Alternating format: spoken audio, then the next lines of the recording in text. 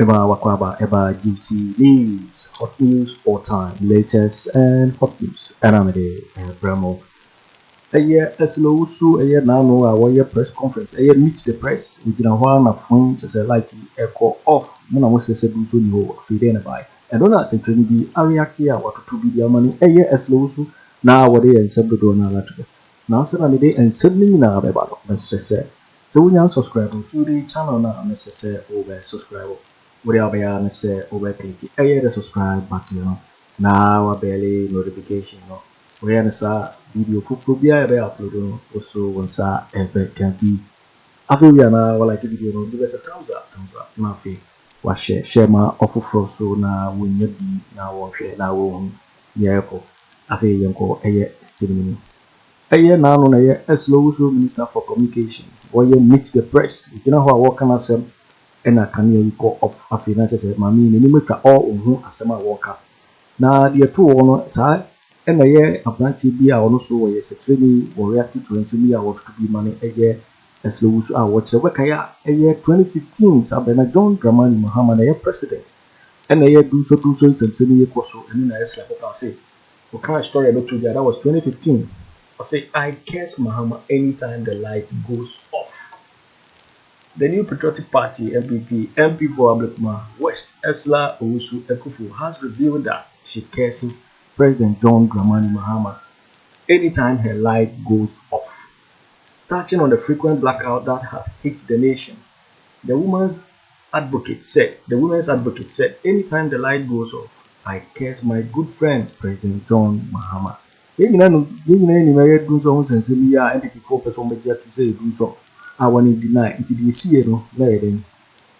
say as those who went over Cassino. In some way, and a year said, "Pretty area to be a money, so what I said. Don't Dramani Mahama is Solvin Dumsor. Now, said you walk out in some phone. Now, in here, some years and pretty attitude, if I hear the year, as Owusu, a year press, meet the presser, a year can go off. In here, some walk out a farm, in some. Now, we can be about Owusu and their course or our year press conference. Na debi ameka me say President Mahama me gidi pa se Ghana yentimi ensi abrabomu ye biom after Kwame Nkrumah me ye sure pa se Kwame Nkrumah de yaw kasem bi a Ghana yante ye no media moment because of how this MPP UP tradition etuti Kwame Nkrumah sa ya no bi na ma President Mahama on kwa de wan kese asem o kan ne say na djuma wa ye de ma Ghana fo hu posterity ebre ene ebekire ono so de waya ma o man Ghana ene ne de abedu sampempe so adui Owusu andakofo o kan obi na Ghana Airways guye o kan management ano mo manage Ghana Airways o mo transfer o mo ankasa twaketi o mo pe ana o mo di gu no Wen Mahama tikesi awi adwen fix Dumsor ono Owusu ka fo aban ho Dumsor by the only thing they did was say yensisa asofo enkudina kosumosi e mompae no Mahama fix Dumsor no na se bi no nam touch la ho cancer fun e ka se anytime bia ninkanya bedum bia no odome Mahama na sa mamu de bosia na egboman anka ne ba 16-year-old boy e betimi abuman enra wogina ho the whole Ghana media houses class media yan frame so na no metimi catch them say minister no ba ha modi ebrema no e ma no be transfer or distort show no na the emfaso bia ni so hwehwe ani mu sometimes you have to be bold enough Nyankopon ya adom na nipa na nkasa ba na bo animu a no tintasuko kwa kira na mo so onyo bia Owusu ejina ho omofa ne life foi na nkania na dum na niya me ya sure pa me ya sure pa se ne tunyina befo na afi wade ne nsa efifa na so ho wade ne nsa fa no okazi ye asembia mekane bibi atwamu no ene mene enim guase na we are talking about telecommunication who confer Agyapade book eno na ye the Bible Akufo-Addo ene nachem family and friends omudi ruli abanya and some mo kan edify Agyapade ho na obeti ase di ntia some of the ministers as stay one particular ministry from the 2017 besine okofa ejapade ade omo try the for telecommunication hunie o say bi mu ye na me hu me ye o say we currently do not have much foothold in this sector. The critical role that the telecom companies play in the lives and economic fortunes of this country requires us to make a strong entry into the sector. The successful planting of Kennedy GVG into the telecom sector has given us unparalleled advantage in terms of having a view of activity flow within the sector and the ability to monitor communication of persons of our choosing. The intelligence gathering power allows us to target and eliminate any potential threats from within the MPP, particularly those not inherently loyal to our cause, and nanas, which includes members of the opposition NDC.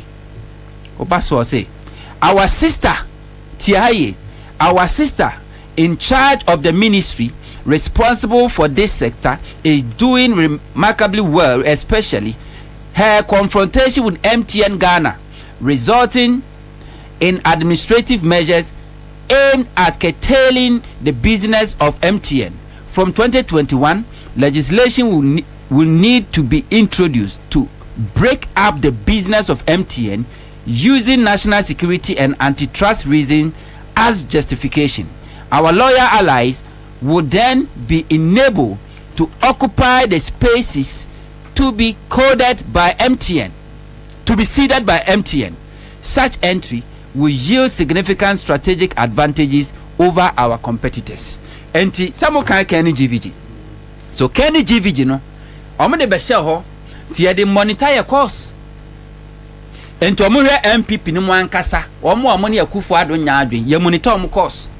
That is why ukọ MPP mu a obi a oni Akufo-Addo nya adwen bia no, omo buy no ma eliminate nipa no, and make sure say ye break ubi bia. Because they monitor their course, they monitor their activities. Over NDC mu a the same thing and omo de eye. And they use this sister no mo kana asem anu aka na edum ye no. And omo dey frustrate MTN.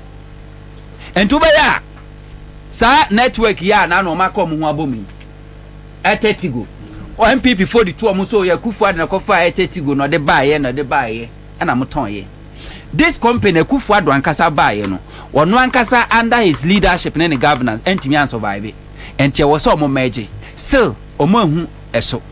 Na no ntia na ete se aban ya na mo etu na mo so kwa akoto etetigo with taxpayers money. Ye bisa se na de na Ghana Telecom ye de eto ma Vodafone for so muntimi manage be no mo ton adenti ni ankoton ankoto Ghana Telecom no ye de ma mo na emom ye kwa akoto etetigo e ho nsam twentwene ho na no ye si underground cable atwa ho nkro no ba ye de be ye propaganda no de hu ya ne sa afa de MTN ye chechire MTN for za gu omo achi no ye hu telecommunication network at that particular time afa na omo ton sim card strategic. And to omo ba making sure say even the private sector they want to capture everywhere. This is the agenda. And omo dia di o man so abedu sense pepen so omo dia dui and omo de to aso akọ. Na eno omo hunu say ade ba kupa betimi remedy situation as save Ghana your interest. Change of power, change of government. Eno so no maria ta so say omo massa change no mada. Because where Sani amaboni omedi ewo every sector. Mahama nimni na me kame kire say Mahama as opposition leader, he knows everything inside out of this government. There's no every sector. Anything that happen from security to economy to whatever. Mahama nimni na. No ayo opini due mante what part wise wantie. And they know very well say Mahama be making sure say all these devilish and evil plan or ma planning any agenda or ma executing na Mahama be reversing nyina enti they are determined with their cabal say ye be ye bibia say be make sure say Mahama emabio. But one thing omure fini say they be ameka say this 2024 election a year election for NDC to lose To lose in a sense that NDC person mulusu anu belusu sa election way. Because Ghana for actually say yempesa abawe. Ushe President Mahama obon to nyina na ma yemfo ka kire say abane de ye beto amamo na mmom ekwan be na befa so amobebo ho ban. Ghanaians are ready to vote for NDC. But NDC for na be kire say you are ready to protect your vote and make sure say you vote no be declared in our favor near winning and now say you be say jama yanom na o masako. Nobody should sit anywhere and say oh Bawumia gbogbogbili esine so ana onam na oka da no musem no odi asa no why say bi I say junkie joker ana onam na ohwirihwiri say afamfranto from stage to stage na wasa na sabone offbeat and tinu Bawumia kano. You see, if Akufo-Addo etima be president, Bawumia so betima be president because Akufo-Addo ran on the ticket of NPP and Bawumia is running on the same ticket of NPP. And to me NDC for trust and take any this election matters be a baby threat be and treating with case gloves. Mekanama sarcasm to be. Say NDC penyon for and me and pursue and Musa Electoral Commission and demand accountability. A Electoral Commission fast to transfer vote 1,083 votes. Ediko or Kankwe South constituency 2023 4th January. Na Electoral Commission and your voter transfer exercise biya. Say NDC for men demand accountability and penyon mote from constituency to region to national. Women na we be some accomplices of this election call any MPP for your money because na me dwene ho amen tiase. Say obekwa kwato abayi parliamentary candidate. We interested in saying to win the seat. Now behind the closed doors secretly man will say Electoral Commission transfer 1,083 votes. MP's election, 1 vote correct me declare winner. Since last year, this year way, Munka Hoshe. Now you do a baby swaha. Honorable a year parliamentary candidate, and so be say Ampa, or Muko be abon, Rampa, Edino ho. Or Matroleta Coma Electoral Commission District a year director on Kahoshe. Or Matro reminder on Kahoshe. Press conference is NDC your headquarters in Nanomu resist our questions with that. And no more iPad meeting or Bianca Hoshi. Who said down maybe sound say? They are aware. They are aware, may say they are aware. NDC national headquarters, they are aware. They are aware. Okay. Say enya adihiadia what it means ni say mun kanche mu peace ni say ni sika kakra aka no hono. Onfa nkoto body jubi na wondi. Because what bre said they at the end of the day, the Electoral Commission will just transfer votes into that constituency because they know said they are losing that seat. They are losing that seat. And to ultimate me catch them say, oh vigilance new boot for boot now I catch there no. Oh train for December 7th. Now why is a bit nah that's why you will boot for boot. Boot for boot no last year and 3 years I'm kai.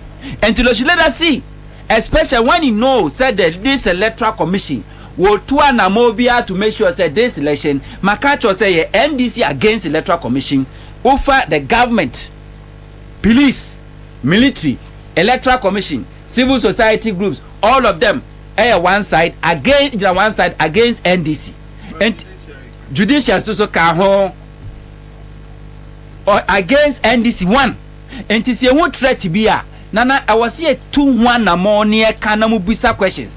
And for so better baba so no iPad am ko dey na Electoral Commission ko kan na na ma menchiro ade bi ye won krofo bebrea Sammy we initial comment just 1 minute na me ye won krofo bebrea 2020 election willingly omufi omakuma me yes almost sponsor party na boa. These days when I approach those people nobody is ready because our country so is for money serious and is for the money serious. This is the mindset. And indeed, you are vindicating them. Say you are proving to be not serious. Okay. Because who ni Electoral Commission adwuma dia wedi. We ko di joy wo sumase na pia bontia. Enti we was say peace no emfa domancy ni no nko trimati o mre kwa report dia ma national. Amoko IPAC meet Electoral Commission eti honom. Amuntimi misa no. Enti den eche se nkrofo wo kan kwisa to bra omo ye door to door eye nyina enko ye obregu. Yo waiting for waiting and some years certainly at the 2 hour to be money Owusu ye meet the press or you know how work sana phone can you a call of Nedona Branches here, John Dramani Mahama Napeso. Who can say a year, you can you duma now, okay, say Mahama, you see what honor and no over crime of the and yes, a me Eddie and send to do another Netula. The cow say GC News so and our hero is a William subscriber. Ya, Mr. Say over subscribe no like it. Now, watch a video. I'm awful froso in you na wahe.